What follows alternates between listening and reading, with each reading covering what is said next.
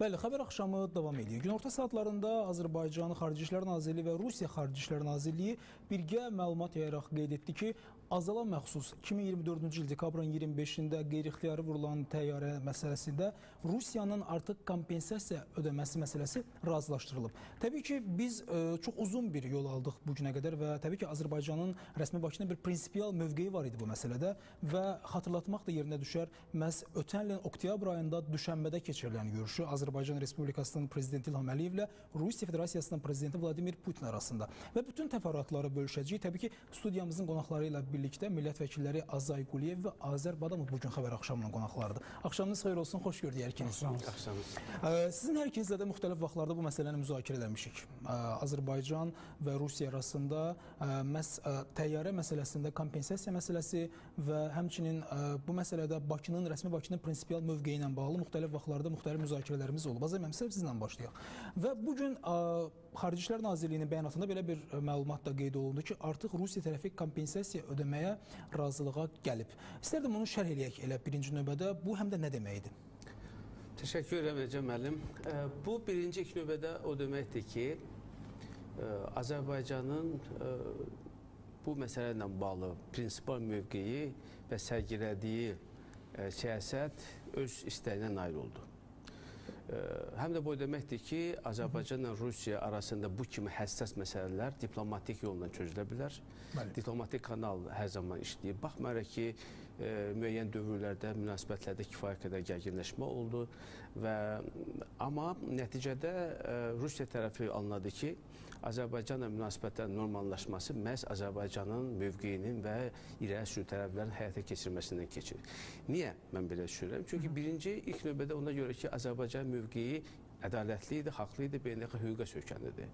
İkinci ona görə ki, Azərbaycan prezidenti dəfələrlə sübut edib ki, bu cür məsələlərdə dövlətin maraqları, milli maraqlar önəmlidir, vətəndaşın marağı önəmlidir. Heç bir halda bu maraqlar kompromisə, necə deyərlər, tabi ola bilməz. Kompromis burada müzakirə predmeti deyil və həm də bilirsiniz, bu mesajın verilməsi, Azərbaycanın qəti mövqeyinin irəli sürülməsi bir tərəfdən Azərbaycan vətəndaşına Azərbaycan dövlətinin verdiyi güvən idisə, digər tərəfdən beynəlxalq ictimaiyyətə Azərbaycan dövlətinin nə qədər müstəqil, prinsipal və deyərdim ki, öz mövqelərində barışmaz olduğunu nümayiş elətdirdi. Bir növ Azərbaycanın beynəlxalq imici ilə açıq deyim ki, müəyyən mənada zədələnə bilərdi, əgər Azərbaycan hansı bir formada geri addım atsaydı.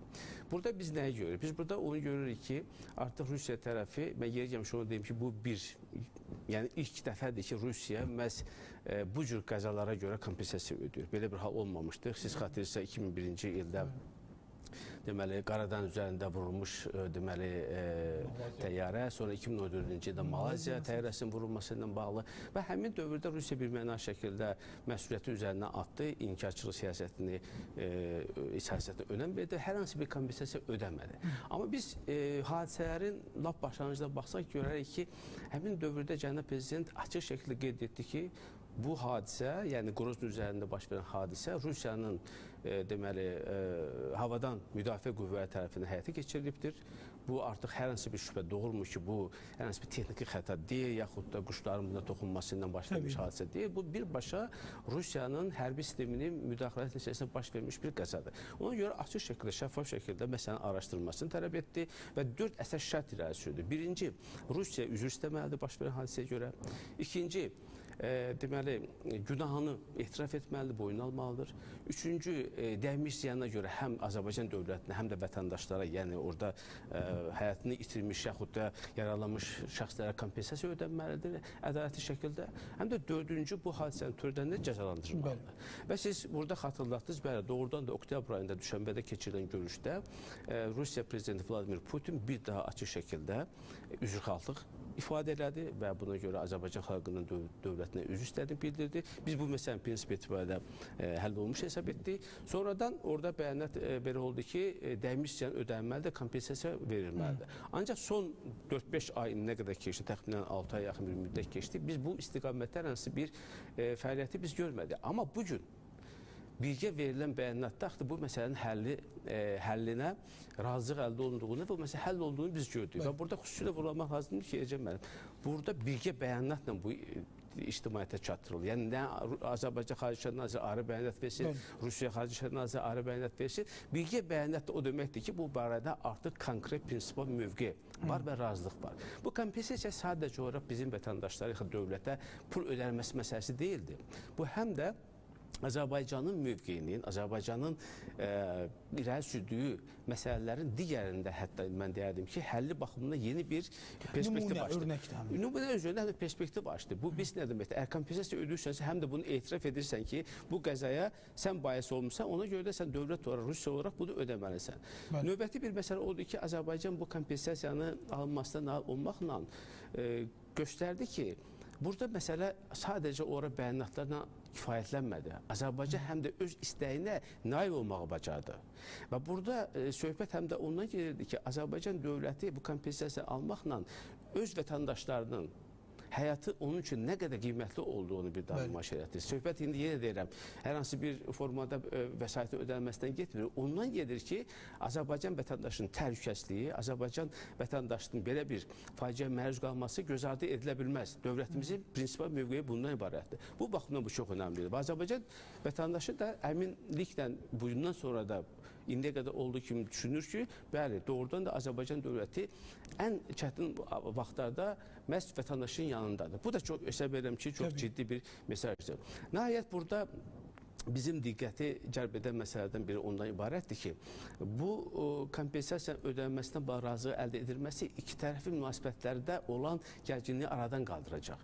Biz bugün Rusiya bizim üçün qonşu dövlətdir. Biz həmişə Rusiya ilə münasibətlərimizi dost, mehriban qonşuluq prizmasından yaxud da prinsiplər əsasında qurulmasının tərəfdarı olmuşuq. Gərginlik təbii ki, bizə sərf etmir. Bu həm də bu gərginliyin aradan qaldırılması yaxud da bu istiqamətə atılan prinsipal addımlar gələcəkdə regionun təhlükəsizliyi baxımından da təbii ki, arzu olunan bir vəziyyətdir. Bütün bunları nəzərə alaraq mən hesab edirəm ki, cənab prezidentin tutduğu bu prinsipal mövqe, barışmaz və ardıcıl siyasət və öz mövqeyini, haqlı mövqeyini sonuna qədər müdafiə etməsi təbii ki, gətirib onu çıxartdı ki, Rusiya bizdən hesablaşdı və burada bir də onu göstərir ki, Azərbaycan artıq elə bir səviyyəyə gəlib ki, onun mövqeyi ilə, onun irəli sürdüyü tələblərlə, şərtlərlə hamı razılaşma və barışmalıdır. Və Rusiya kimi bir dövlət, mən bir daha qeyd edirəm, indiyə qədər bu cür hallarda tamam fərqli bir mövqe tutan bir dövlət, əlbəttə ki, Azərbaycan şərtini qəbul etdi. Biz bu yüksək qiymətləndirir əlbəttə.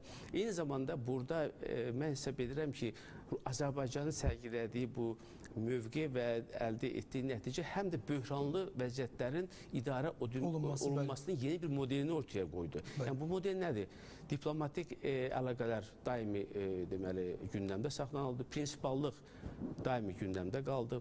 Eyni zamanda Azərbaycanın mövqeyi hər hansı bir formada güzəştə məruz qalmadı. Yəni ola bilər deyərlər ki, yaxşı biz bunu örtbasdır edək, müəyyən mənada başqa istiqamətlərdə biz əlaqələri quraq, yaxud da kompensasiyanın elə bir formada həyata keçirilməsini təmin edək ki, bu belə də Rusiyanın, açıq deyək, Rusiya bunu niyə müqavimət göstərdi? Düşünülür ki, Azərbaycanın bu verdiyi tərəfləri niyə mən qəbul etməliyəm? Amma nəticə nə oldu? Nəticə o oldu ki, xeyr, bu format keçmir.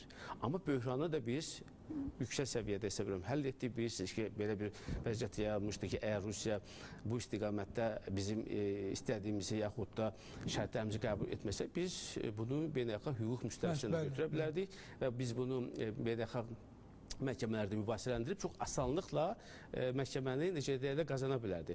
Bütün bu perspektivi göz önünə alan, həm də Azərbaycanın dəyərini, Azərbaycanın bölgədə oynadığı strateji rolu və Azərbaycanla dost və qarşılıqlı, maraqlı əsaslı münasibətlərin qurulmasının vacibliyini dərk edən, idrak edən Rusiya rəhbərliyinin belə bir addım atması təbii ki, təqdirə layiqdir. Təşəkkür edirəm Azər müəllim, sualımızı belə təfərrüatlı cavablandırdığınıza görə. Bizimlə bizdir, məhz bu humanitar böhranın vəziyyətinin aradan qaldırılması üçün Azərbaycanın atdığı tədbirlərlə bağlı. Və Zahid müəllim də həm də çıxışında biraz əvvəl Azərbaycan dövlətinin idarəçiliyindən danışdı və mən həm də istərdim siz bizlə iradə məsələsindən də biraz danışasınız. Həm də Azərbaycan iradə göstərdi. Həm də Azərbaycan bir növ Rusiya ilə münasibətlərin yayda gərgin olduğu vaxtlarda belə xatırlayıram Rusiya vətəndaşlarının İrandan çıxarılmasında necə fəallıq göstərmişdi və təbii ki, Rusiya Xarici İşlər Nazirliyinə görə Azərbaycana təşəkkür etmişdi.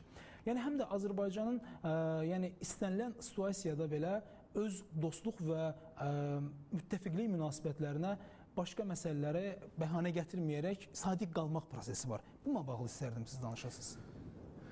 bilirsiniz, Azərbaycan dünyada çox az saylı dövlətlərdəndir ki, o siyasəti emosiyalar əsasında deyil, prinsiplər və dəyərlər əsasında qurur. Bu dəyərlər, prinsiplər çox sadədir. Qarşılıqlı milli maraqlara hörmət əsasında qurulmalıdır. Bir dövlət ki, Azərbaycan milli maraqlarına fərqli yanaşırsa, onu tapdalanmağa cəhd edirsə, ona qarşı ən sərt adekvat addımlar atılır. Biz bunu tarixən görmüşük. Son günlərdə İranla münasibətdə, Rusiya ilə münasibətdə, hətta Amerika ilə münasibətdə vaxtı ilə Biden dönəmində biz bunu dəfələr şahid olmuşuq.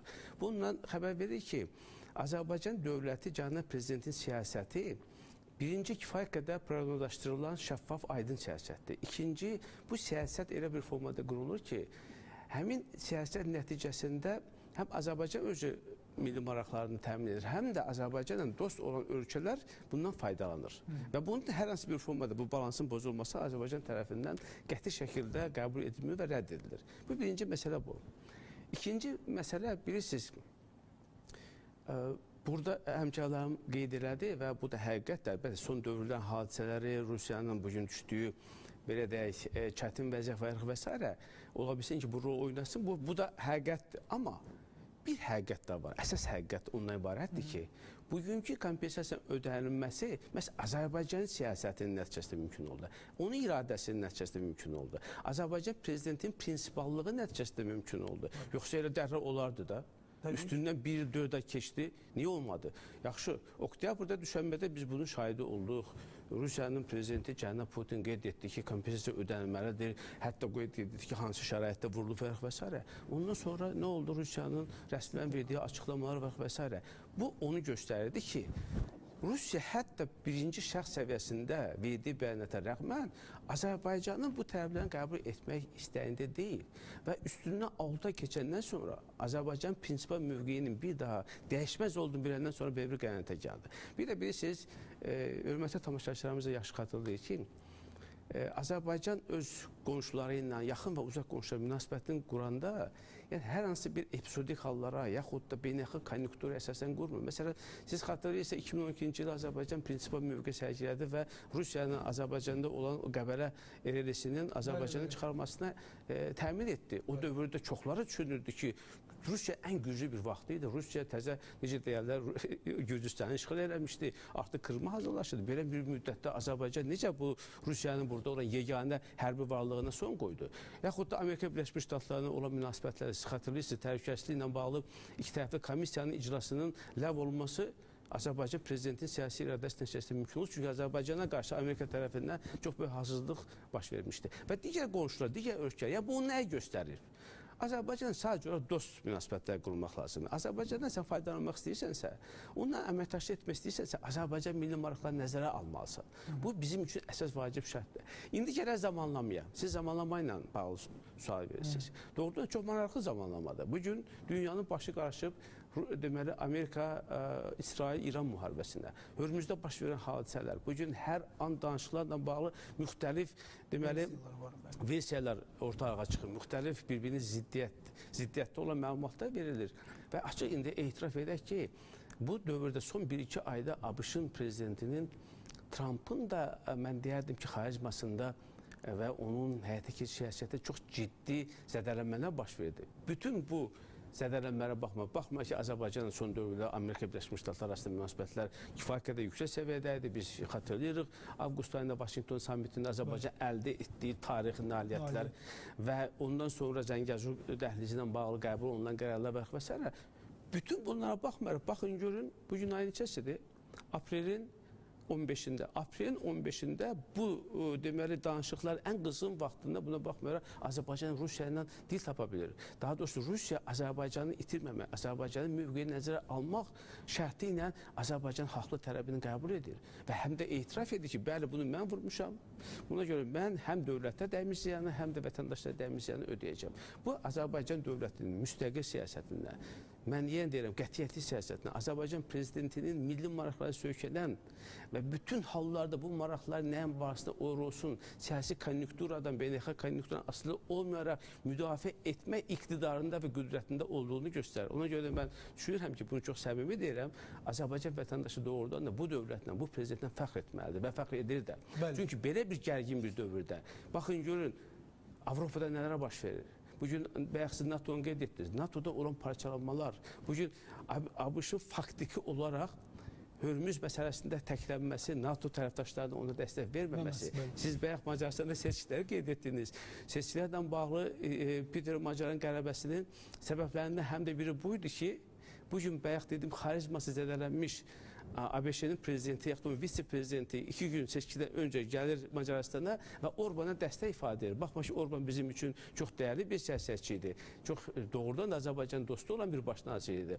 Amma buna baxmayaraq, baxın görün, hansı siyasi alətlər nə vaxt effekt verə bilər, nə vaxt əks effekt verə bilər. Və bütün bu, bəzən qeyri-populyar ictimai siyasi mühitdə Azərbaycanın sərgilədiyi prinsipal mövqe çox önəmlidir. İranla bağlı siz münasibətləri bayaq qeyd etdiniz. Bəli, İranla bağlı bizim münasibətlərimiz həmişə Azərbaycan tərəfindən bir mənalı olaraq mehriban qonşuluq siyasəti əsasında qurulması istiqamətində olubdur. Heç bir halda biz İranın nə ərazi bütövlüyünə, nə İrandakı olan hakimiyyətə yönəlik, nə oradakı olan struktura yaxud da idarə etməyə yönəlik hər hansı bir rəsmi səviyyədə bir iradımız yaxud da bir müdaxiləmiz olmayıbdır. Eyni şeydə biz onlardan gözləmişik və son hadisələrdə bir də onu göstərdi ki, çətin ana baxmayaraq, İranın bugün düşdüyü ən ağır vəziyyətə baxmayaraq, yenə də Azərbaycan bayaq qeyd etdiyim o dəyərlərdən, prinsiplərdən, mehriban qonşuluq siyasətinə əl çəkmədi.